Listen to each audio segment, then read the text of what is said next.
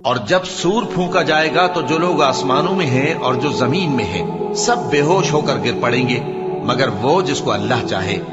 फिर दूसरी दफा सूर फूंका जाएगा तो फौरन सब खड़े होकर देखने लगेंगे और जमीन अपने परवरदिगार के नूर से चमक उठेगी और आमाल की किताब खोल कर रख दी जाएगी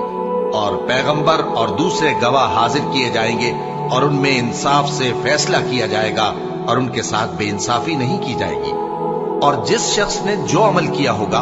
उसको उसका पूरा पूरा बदला मिल जाएगा और जो कुछ ये करते हैं उसको सबकी खबर है। और काफिर गिरोह गिरोह करके जहन्नम की तरफ हांके जाएंगे यहां तक कि जब वो उसके पास पहुंच जाएंगे तो उसके दरवाजे खोल दिए जाएंगे